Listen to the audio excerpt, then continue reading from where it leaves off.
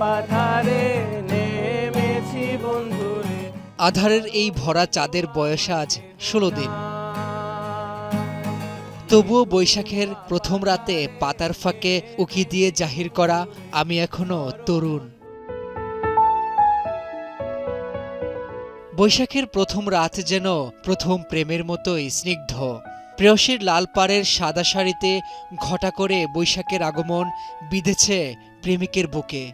বছর জুড়ে জমিয়ে রাখা সময়ের হিসেব এবার চুকিয়ে নিয়ে ভালোবাসার হালখাতা করা।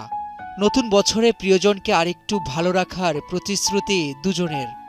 সামনের বছরটা আরেকটু ভালোভাবে মা, ফ্যামিলি, আমার হাজব্যান্ড, আমার সবাইকে নিয়ে, আত্মীয় স্বজন সবাইকে নিয়ে যেন ভালো থাকতে পারি।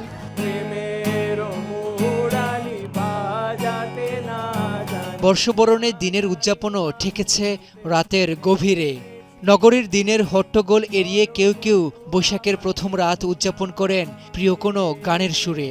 ফেলে আসা দিনগুলো ভুলে নতুন আরেকটি সূর্যোদয়ের অপেক্ষা বন্ধুদের সঙ্গে।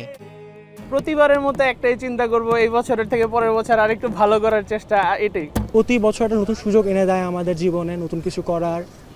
আমি নিজের ক্যারিয়ার ভালো করে গড়ার চেষ্টা করতেছি। কেউ কেউ পুরো পরিবার নিয়ে উপভোগ করেন রাতের বৈশাখের ঝিরিঝিরি বাতাস। নতুন বছরে নিজের জীবনে আরেকটু বাঙালিয়ানা করা যায় কিনা সেই ভাবনাও অনেকের মনে। আমাদের সংস্কৃতি এত সুন্দর, এটা আসলে আমরা এর মাধ্যমে উপলব্ধি করতে পারি। হালকা বাতাস, হ্যাঁ, বাতাসের সাথে মানে শরীরের ক্লান্তি ভাবটা এখন আর নাই। আসলে অনেক ভালোই লাগতেছে, কারণ আমাদের বিয়ের মাত্র 6 মাস হয়েছে, আর আজকে ফার্স্ট টাইম আমরা এত রাত পর্যন্ত একসাথে দুজনকে টাইম দিতে পারছি।